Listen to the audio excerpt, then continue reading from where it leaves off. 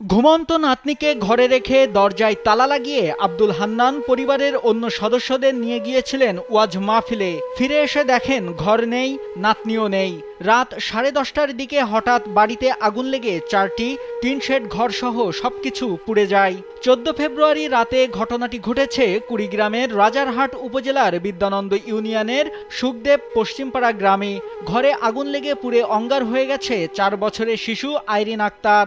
শিশুটির মা এখন পাগল প্রায়, সন্তান হারিয়ে বকছেন বিলাপ। আমার সন্তানটা বাড়ি ধুয়ে গেছি, কাল রাত্রে আগুন লেগে আমার সন্তান ও নাই রে। ফায়ার সার্ভিস ঘটনাস্থলে পৌঁছানোর আগেই বাড়িটি পুড়ে যায়। তারা ধারণা করছে বৈদ্যুতিক শর্ট সার্কিট থেকে আগুনের সূত্রপাত হয়েছে। এদিকে উপজেলা নির্বাহী কর্মকর্তা আল ইমরান জানান, প্রশাসনের পক্ষ থেকে যতটুকু করা যায় তা পরিবারটির জন্য করা হবে।